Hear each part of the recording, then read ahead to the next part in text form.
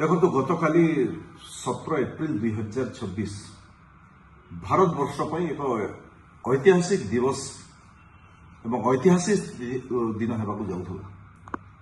ଯେଉଁଦିନ ଦେଶର ଯଶସ୍ୱୀ ପ୍ରଧାନମନ୍ତ୍ରୀ କେନ୍ଦ୍ର ସରକାର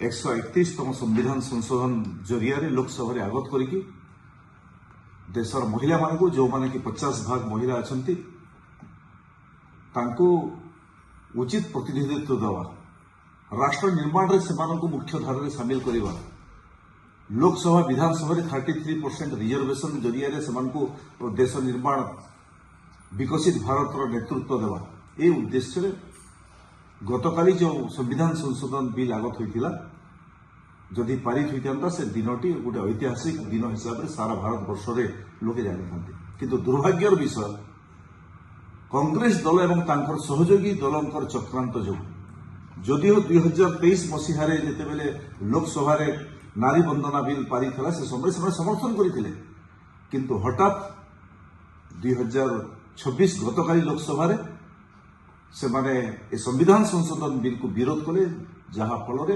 33% ରିଜର୍ଭେସନ ଲୋକସଭା ବିଧାନସଭାରେ ମୋଦିଜୀଙ୍କର ଯେଉଁ ଉଦ୍ଦେଶ୍ୟ ଥିଲା, ଏନଡିଏ ସରକାରର ଯେଉଁ ଉଦ୍ଦେଶ୍ୟ ଥିଲା ତାକୁ ସେମାନେ ବିଫଳ କଲେ।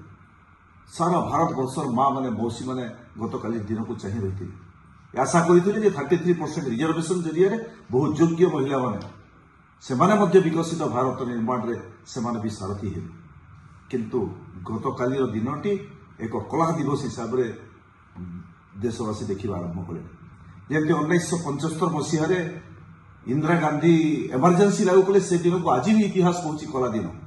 ଠିକ୍ ସେଇଭଳି ମହିଳା ସଂରକ୍ଷଣ 33% ବିଲ୍ ଲୋକସଭାରେ କଂଗ୍ରେସ ଦଳ ତାକୁ ବିରୋଧ କରିକି କାଟିଦେବା ଦ୍ୱାରା ସେ ଦିନଟି ବି କଳା ଦିବସ ହିସାବରେ 17 ଏପ୍ରିଲ 2026 ସାରା ଭାରତବର୍ଷରେ ଗୋଟେ କଳା ଦିବସ ହିସାବରେ ନାମିତ ହୋଇଯାଇଛି। ଏହି କଲଙ୍କ ପାଇଁ କଂଗ୍ରେସ ଦଳ ଯେଉଁ ଅପରାଧ କଲା, ତାଙ୍କ ସହଯୋଗୀ ଯେଉଁ ଅପରାଧ କଲେ, ଏ ଦେଶର ମହିଳାମାନେ ଏମାନଙ୍କୁ କେବେ କ୍ଷମା ଦେବେ ନାହିଁ।